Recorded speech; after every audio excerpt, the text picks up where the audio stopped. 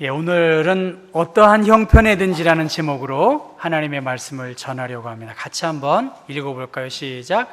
어떠한 형편에든지, 어떠한 형편에든지입니다. 사도 바울은 3차 전도 여행을 마치고 예루살렘에 돌아왔습니다. 예루살렘에 돌아왔는데 사도 바울을 반대한 아시아에서 온 과격한 유대인들에 의해서 그는 많은 박해와 생명의 위협을 느끼게 됩니다. 그래서 예루살렘 성이 소동하게 되고 소란스러운 일들이 발생하게 되었습니다. 그래서 로마 정부는 이 사도 바울을 이 군대 진영 안에 감옥에다가 가두게 되었습니다. 근데 그 바울은 이렇게 여러 가지 신체적인 가해를 받아서 군인들의 손에 이끌려서 감옥에 갇히게 되었던 것이죠.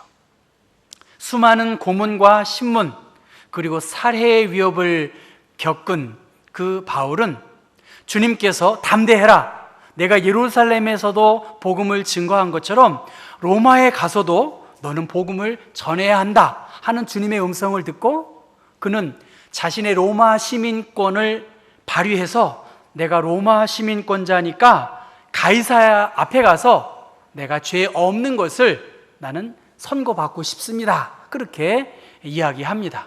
그래서 그는 죄수의 몸이었지만 배를 타고 이제 로마로 향해 가다가 풍랑을 겪게 됩니다.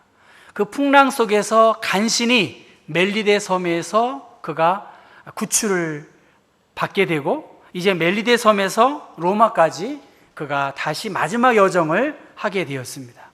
로마에서의 2년 동안의 그 기간을 가택연금이라고 말합니다.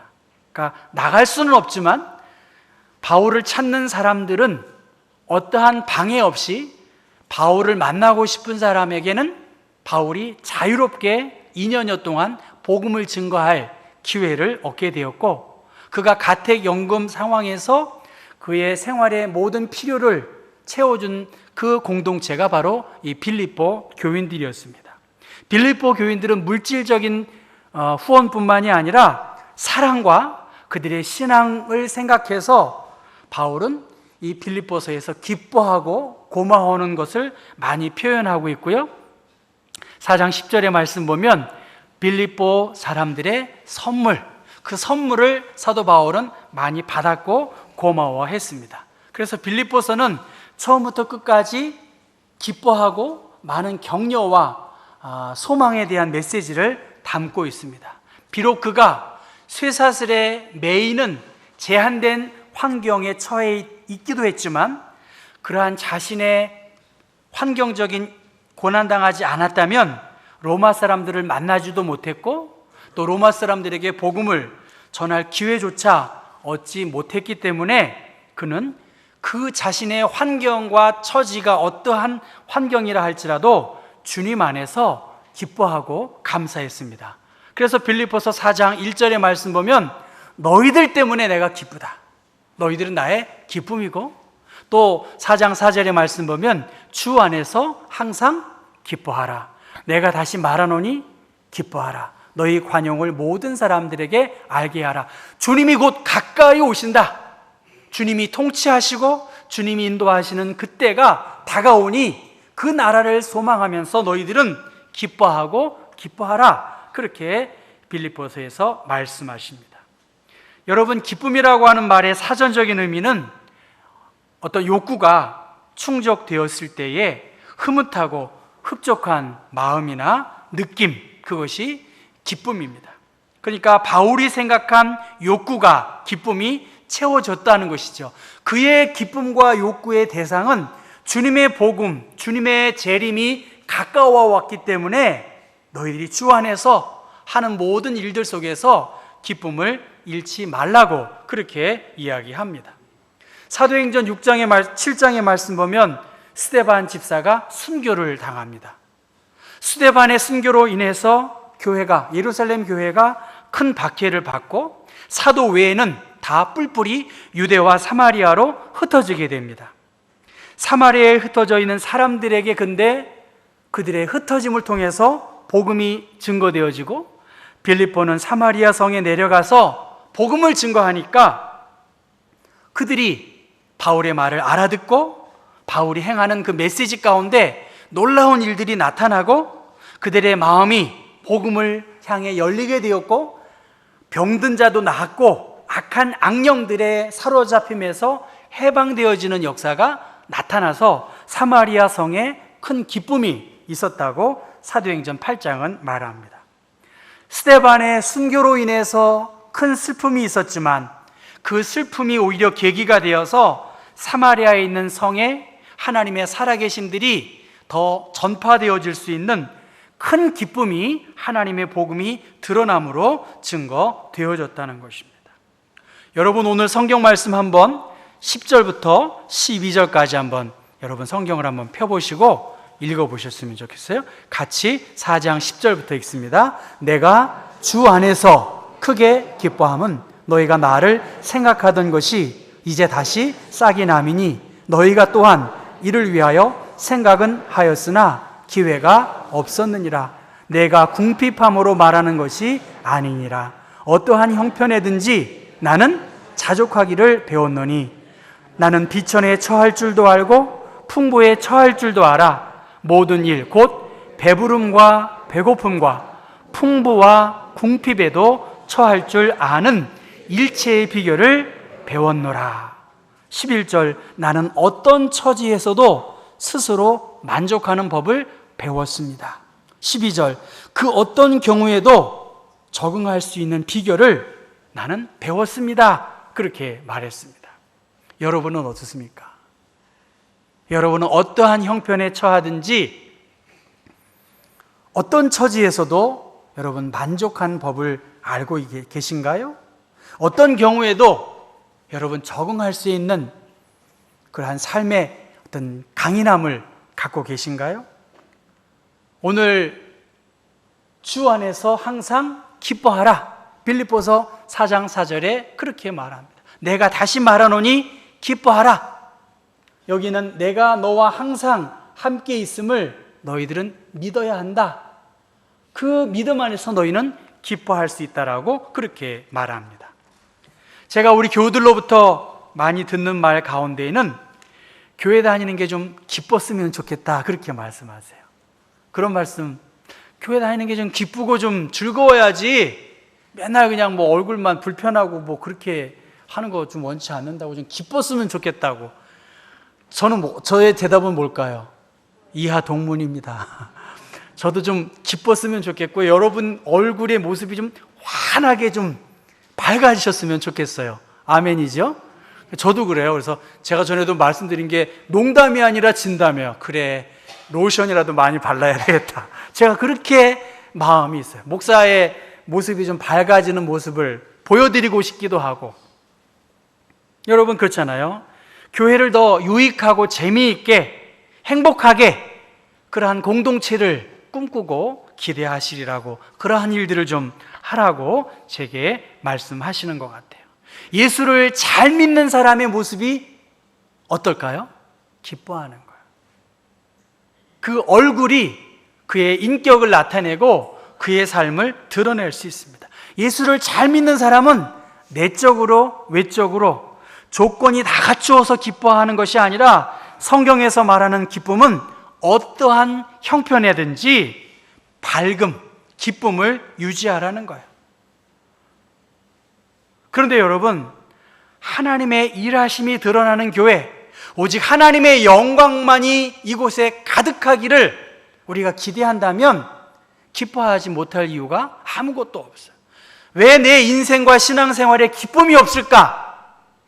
여러분, 왜 기쁨이 없을까요? 예? 빚 짊어지고 있어요? 예. 뭔가 무거운 짐이 있으면 은행빚이요. 이것 때문에 그런 것도 여러 가지 우리의 기쁨을 가로막는 것이 무엇인가?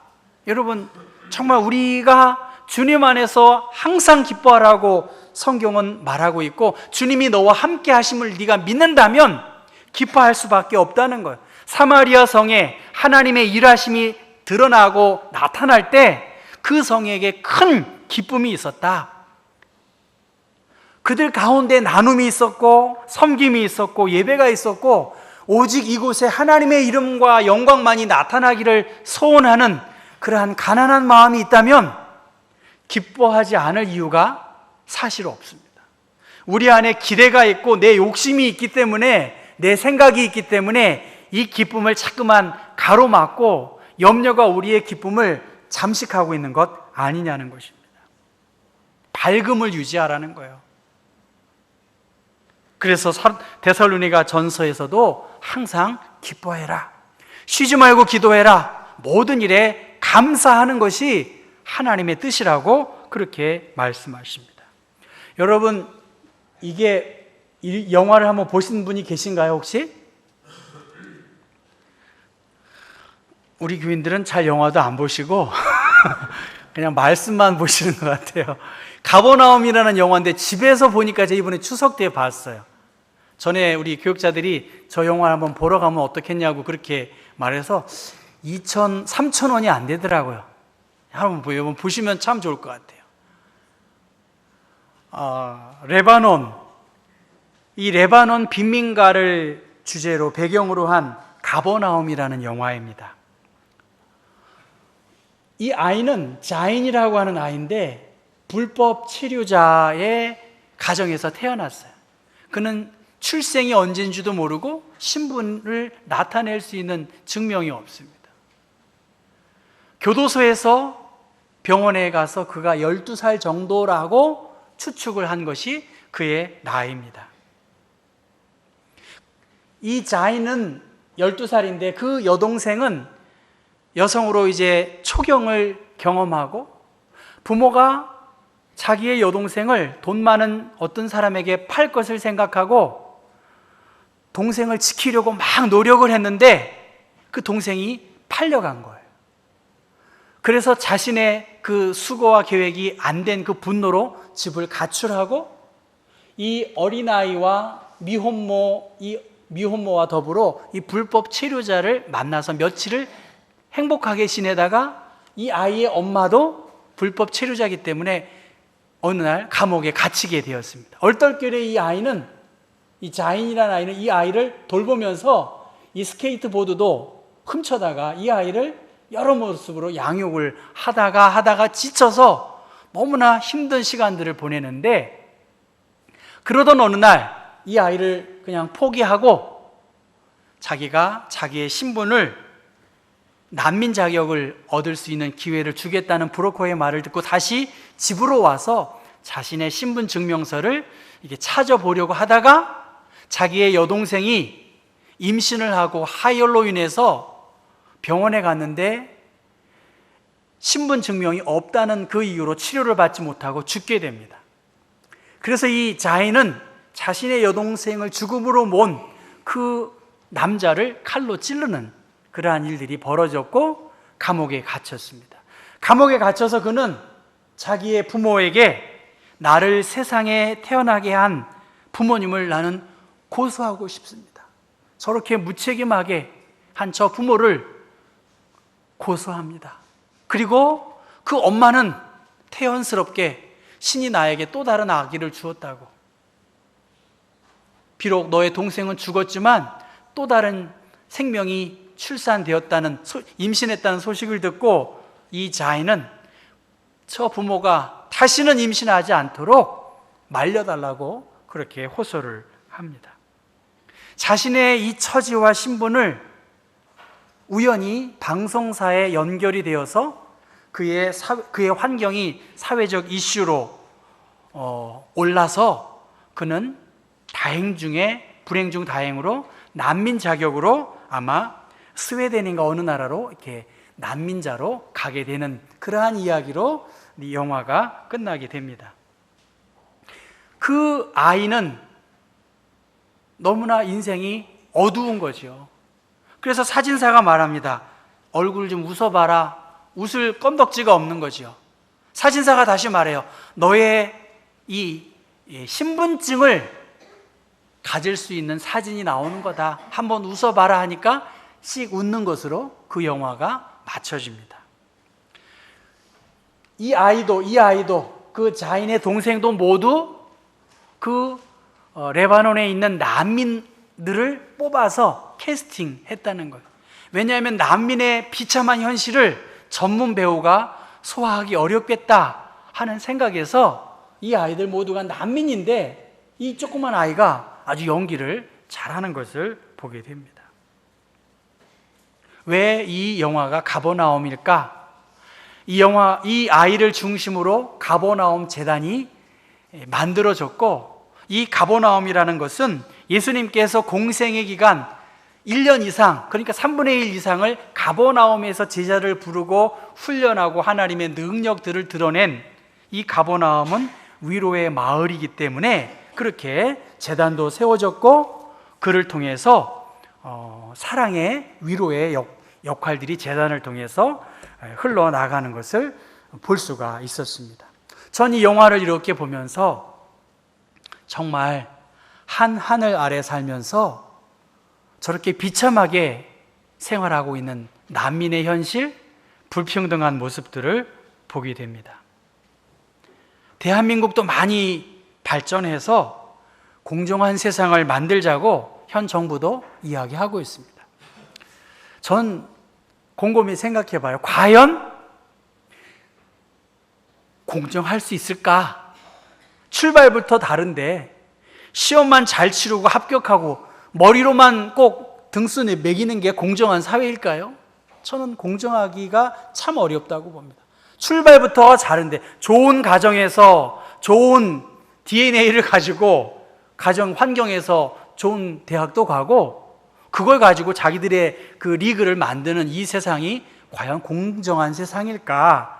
그러한 생각들을 하게 됩니다. 물론 현 정부가 그 공정함의 가치를 최대한 하려고 하는 것을 저는 인정합니다. 그러나 현실은 불공정할 수밖에 없다는 거예요. 이 불공정한 상황에서 우리가 하나님께 감사하고 하나님으로 인해 기뻐할 수 있을까? 여러분 어떨까요? 과연 공정한가요, 이 세상이? 과연 우리가 이러한 세상에서 기뻐할 수 있을까요? 저는 이 자인이라는 이 소년이 너는 앞으로 새로운 신분증을 가질 거야. 너는 그러한 존재야. 라고 하는 것을 사진사가 심어주니까 씩 웃었던 것처럼 우리가 주님의 인도하심, 주님의 다스리심, 주님의 통치하심, 그리스도 안에서 우리가 공평하게 기회가 주어지고 우리가 그리스도 안에서 새로운 존재로 새로운 삶을 살아갈 때 이 땅에 공평함, 균등함, 그것이 있으리라고 봅니다. 새로운 삶이 우리에게 주어진 하나님의 나라 이외에는 저는 공평할 수가 없다고 봐요. 그렇기 때문에 하나님의 나라를 소망하는 믿는 사람들은 기쁨을 누릴 수 있다라고, 그것이 성경이 우리에게 주고 있는 소망의 메시지입니다. 그 말씀 안에서 사도 바울은 주님 안에서 크게 기뻐할 수 있다, 그렇게 우리에게 말하고, 고린도후서 3장 5절의 말씀에 우리의 만족은 오직 어디로부터 나오는 거죠? 하나님으로부터. 여러분 그렇지 않나요? 여러분의 삶이 만족한가요? 우리의 만족은 하나님께로부터 난다는 거예요. 이성적 판단과 기준으로 사도 바울은 기뻐할 수 없고, 우리 또한 이 불평등한 상황에서 우리가 만족할 수 없어요. 그렇다고 해서 어느 더 나은 사회의 시스템으로 만든다 할지라도 인간의 구조와 사회 안에서 평등할 수는 저는 없다고 봐요. 바울은 자신의 매임을 통해서 그리스도의 복음이 전파되어지는 그 일로 인해 기뻐하고 감사했습니다. 여러분, 모세는 어떤 사람이었나요? 그는 태어날 때부터 인물이 좋았던 것 같아요. 그래서 바로라는 그 이집트 왕의 딸이 그 어린 모세를 보고 이 아이가 참 복스럽고 사랑스러웠을 것이라고 봐요. 그러나 모세는 동족을 사랑하고 하나님께서 자신에게 준 사명이 있었기 때문에 더 값지고 귀한 일들을 위하여 모든 것을 내려놓고 동족과 함께 고난당하는 일을 잠시 죄악의 낙을 누리는 것보다 더 좋아했다고 히브리서 11장 25절에 말씀하고 있고, 여러분 히브리서 11장 26절 말씀 같이 한번 읽어볼까요? 그리스도를 위하여 받는 수모를 애굽의 모든 보화보다 더 큰 재물로 여겼으니 이는 상 주심을 바라봅니다. 상 주실 것을 바라보기 때문에 우리는 사도 바울도 그렇고 모세도 그렇고 우리 또한 잠시 이 세상에서의 죄악의 낙을 누리는 그것보다 오히려 수모도 당하고 어려움 당하는 것을 뒤로하고 상 주시는 예수 그리스도 하나님의 나라를 소망했기 때문에 그는 기뻐하고 감사했습니다. 그리스도를 위해 욕먹고 그리스도의 이름으로 짊어지는 세상의 모든 어려움을 기쁨으로 감당하도록 노력했고, 그래서 시편 37편의 말씀 보면 여호와를 기뻐하라, 저가 내 마음의 소원을 이루어 주시리로다라고 말씀하십니다. 여러분, 어떤 상황에서도 한결같은 마음으로 즐거워할 수 있을까요? 어떻게 예수 믿으면서도 믿지 않는 자들보다 더 기뻐할 수 있을까요? 여러분의 환경에서 그렇게 사시고 계신가요? 바울과 실라는 빌립보 감옥에서 수많은 매를 맞고 또 지하에서 그 힘든 상황에서도 빌립보 감옥을 그 한밤중에 찬송함으로 하나님께서 그에게 은혜를 주셔서 찬송의 소리를 듣고 옥문이 열려지는 기적을 경험하게 되었습니다. 무엇이 그들을 찬양케 했고 하나님으로 인해 기뻐할 수 있었을까요? 하나님의 어루만지심, 하나님의 임마누엘의 함께 하심, 그것을 경험했기 때문에, 그리스도의 그 끊을 수 없는 사랑 때문에 바울은 감옥에서도 찬송함으로 찬송하다 보니까 하나님이 기쁨을 주셨다는 거예요. 여러분이 힘들고 어려울 때 따라해 볼까요? 찬송하십시다. 네, 찬송을 많이 하세요. 그러면 뭐가 있대요? 놀라운 일이 있다고 말하잖아요. 기도를 해보십시오. 하나님께서 우리에게 기쁨을 주신다는 거예요. 따라 한번 해보겠습니다. 해보십시다. 한번 해보세요. 한번 찬송을 불러보시고 어려움 중에서도 기도 한번 해보세요. 그러면 주님이 우리에게 기쁨도 주시고 위로를 주신다는 거예요. 기쁨으로 여호와를 섬기며 노래하면서 그 앞에 나아갈 때, 하나님을 기쁨으로 섬기고 예배할 때 하나님의 기쁨을 우리에게 주신다는 거예요. 영이신 하나님을 기쁘게 하는 것뿐만이 아니라 이웃을 사랑으로 섬길 때 하나님께서 우리에게 기쁨을 주신다는 거예요. 제가 뉴질랜드에서 목회할 때 교회 사택이 비교적 새 집이었습니다. 새 집에서 생활을 했는데 2001년 즈음이니까 무선 인터넷이 없고 거의 유선으로 그 인터넷 선을 연결해야 컴퓨터를 쓸 수가 있었습니다. 인터넷 선이 많지 않아서 제 서재에 이 인터넷 선이 없어서 제가 그 영어로 페리시 카운슬이라고 하는데 당회, 재직회 중간의 형태입니다. 사람 사는 데는 말도 많고 탈도 많아요. 권력이 한두 명에게 집중되니까 교회가 시끄러운 거예요. 그래서 교회가 어떻게 하냐면 장로를 많이 뽑았어요. 장로가 35명이에요. 거기는 집사가 없어요. 뭐 디컨이나 뭐 그런 것도 있지만 그 교회는 35명의 장로들이 있어요. 그러면 여러분 화요일 날 재직회 하면 몇 명 나올까요? 우리 교회에? 여러분들 재직회 굉장히 중요하게 생각하시는데 많이 안 모이잖아요. 그분들은 평일 날 7시 30분에 재직들이 모여서 엘더의 페리시 카운슬이라고 해요. 35명, 40명이 모여서 성경을 공부하고 교제를 나누고 교회 일에 진지하게 논의합니다. 그리고 그 각 위원회의 책임자들은 오버사이트, 말 그대로 보는 걸 좀 오버해서 넓게 보는 게 오버사이트잖아요. 오버사이트 미팅을 해요. 그러면 목회자와 그 위원회 위원장들이 모여서 사전 조율을 하고 정책들을 결정합니다. 그게 그 나라의 시스템입니다.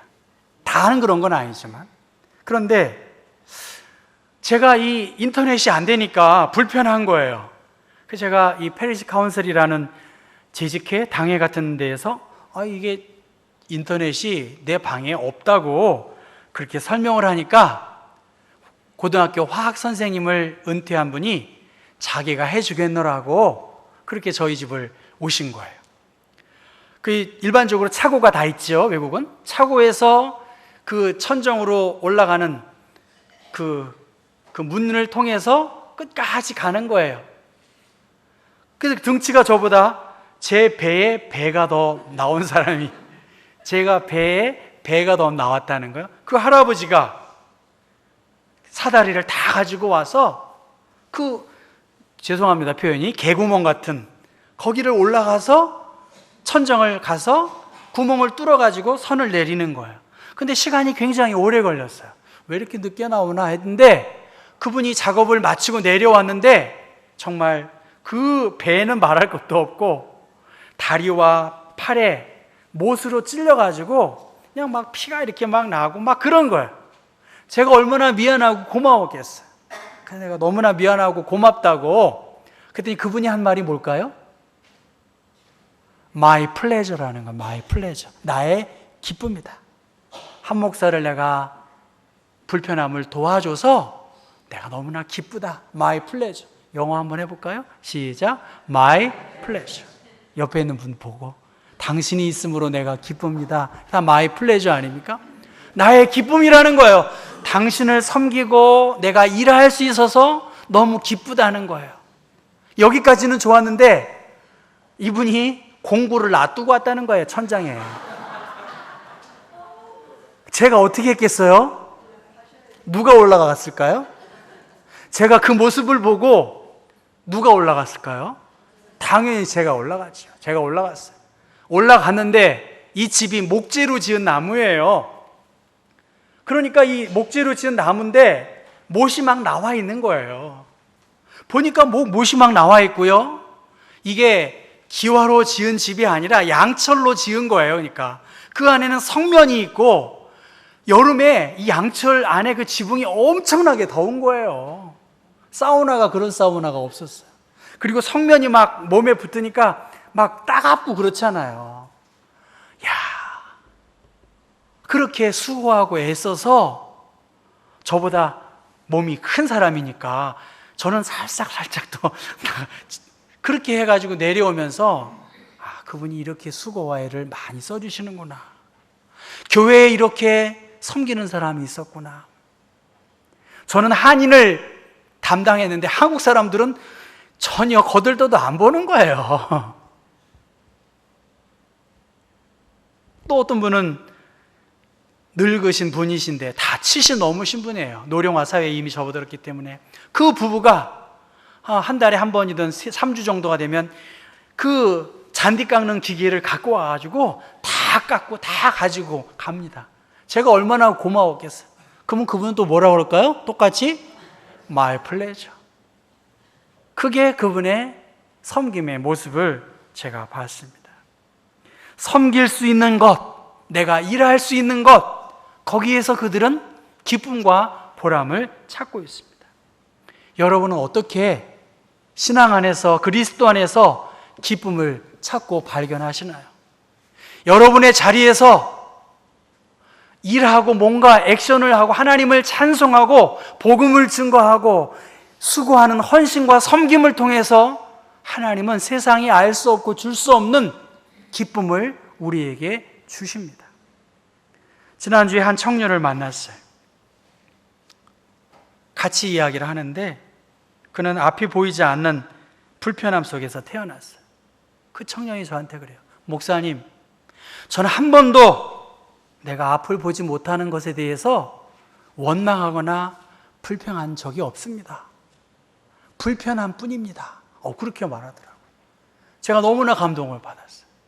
그 부모님들이 얼마나 이 아이를 위해서 수고하고 애썼는지에 대한 그 많은, 건강하게 컸다는 거예요. 제가 말하는 것은 많은 것을 갖고 있음에도 불구하고 원망하고 불평하고 만족감이 없는 이 시대에 그 청년은 불편할 뿐이지 나는 원망하거나 불평하지 않았습니다. 그렇게 말하더라고요.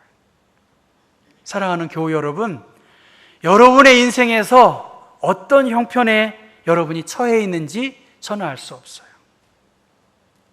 여러분은 어떻습니까?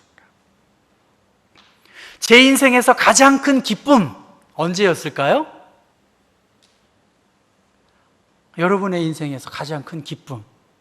그래도 장가 갔을 때가 전 좋더라고요. 별로 안 그러신가요? 안 그러시나요? 차장로님. 전 지금도 감사하고 기뻐요. 그렇지 않아요? 안 그러신가 보죠? 결혼할 때 얼마나 좋고 지금도 좋고 또 아이들이 이렇게 잘 커나가는 것에 저는 기쁘고 감사해요. 그런데 이거 진심이에요. 제 인생에서 가장 큰 기쁨은 주님의 은혜를 만난 그 9월, 10월 그 한밤에 그 강원도 한탄강에서 하나님께 기도하고 주님의 은혜를 경험한 그 깊은 밤에 하나님을 만나고 내가 너와 함께 한다는 그때가 제 인생에서 정말 가장 기뻤어요. 지금도 그 기쁨을 이상의 일들은 아마 없을 것이고 아마 앞으로도 없을 것이라고 생각합니다. 기쁨의 근원이 되시는 주님을 만나고 주님이 너와 함께 한다는 그 말씀을 우리가 확신하고 믿는다면 우리는 어떠한 형편에서도 기뻐할 수 있다는 거야. 요한복음 15장에 예수님은 너희도 내 계명을 지키면 내 사랑 안에 거하리라. 내가 이것을 너희에게 이름은 내 기쁨이 너희 안에 있어 너희 기쁨을 충만하게 하려 합니다. 여러분들이 하나님의 계명을 지키면 말씀을 따라 순종하고 말씀을 묵상하면 주님이 우리 안에 주님의 기쁨을 불어넣어 주시겠다라고 약속하셨습니다. 이재영 회장이 지난번에 서울 서초동에 있는 R&D 캠퍼스에 있는 삼성 리서치의 관계자들에게 이렇게 말했다고 합니다. 철저하게 준비하고 끊임없이 도전해 꼭 해내야 한다. 불확실성이 클수록 우리가 해야 할 일은 흔들림이 없이 하자. 얼마나 멋진 말이에요. 불확실성이 큰 시대일수록 우리가 해야 할 일을 흔들림이 없이 해야 한다. 그게 세계 인류 기업의 지도자가 직원들에게 독려하는 거예요. 우리의 현실은 불확실할 수밖에 없어요. 우리가 해야 할 일은 너무나 힘들고 어려움이 많이 있습니다. 그러나 끊임없이 도전하고 그 일을 꼭 해내야 한다. 여러분의 헌신과 섬김, 그것으로 주님은 기쁨이 드러나기를 원하시고요. 우리는 무엇을 선택해야 되나요? 기뻐하는 것을 선택해야 돼요. 여러분의 인생도 여러분의 삶의 가치도 이왕이면 기뻐하기를 소원하고 주님이 우리에게 기뻐하라고 하는 말씀을 기억하면서 내게 능력 주시는 자 안에서 내가 모든 것을 할 수 있다. 어려움도 참아낼 수 있는 힘과 위로를 하나님이 우리에게 주시겠다라고 말씀하셨습니다. 내가 기뻐할 수 있는 능력도 주님 안에서 가능하십니다. 괴로울 때 주님을 바라보고 주님을 묵상하며 잃어버린 영혼들을 위해 복음을 증거하고 그 영혼이 나로 인해 하나님의 자녀가 되어지는 일들이 우리 안에서 행해진다고 한다면 우리는 기쁨을 선택한 것이고 기쁨을 누릴 수 있을 것입니다. 흔들림이 없이 하나님은 여러분이 기뻐하시기를 원하세요. 교회 안에서 내가 어떤 일을 행해야 기뻐할까? 그것을 한번 고민해 보시고 그 일을 힘쓰셨으면 좋겠습니다. 여러분의 에너지가 기쁨을 선택할 때 그 에너지가 마치 사마리아 성에 큰 기쁨이 있었던 것처럼 경복교회에도 여러분 한 분 한 분이 기쁨을 선택하시고 가정적으로 우리 신도회도 구역회도 주님으로 인해 큰 기쁨, 어떠한 형편에 처한다 할지라도 나는 기뻐하리라, 나는 감사하리라, 나는 삶의 일체의 비결을 예수 그리스도 안에서 경험하고 넉넉하게 적응할 수 있는 힘을 얻었다. 주 안에서 더 기뻐하고 더 감사하시기를 주님의 이름으로 축원합니다.